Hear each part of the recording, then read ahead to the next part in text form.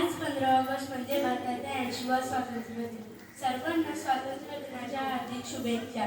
BA परीक्षेत प्रथम श्रेणीत उत्तीर्ण करणारे एकमेव विद्यार्थी म्हणून ओळखले जातात.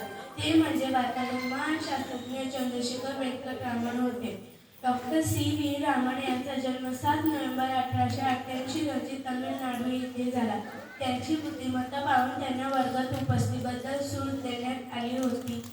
रामन यांनी घरातच प्रयोगशाळा बनवली होती. वेळ मिळाल्यावर ते प्रयोग करायचे. BA झाल्यावर त्यांनी गणित विषयात MA केले.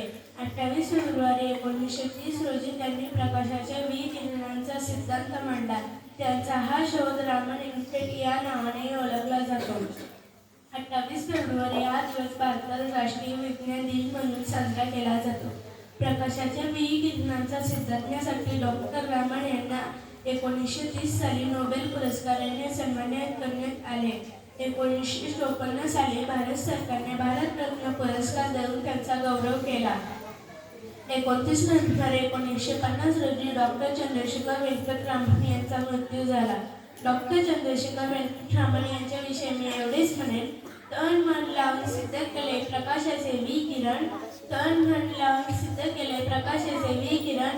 नोबेल विजेते थोर शास्त्रज्ञ डॉक्टर चंद्रशेखर वेंकटरामन.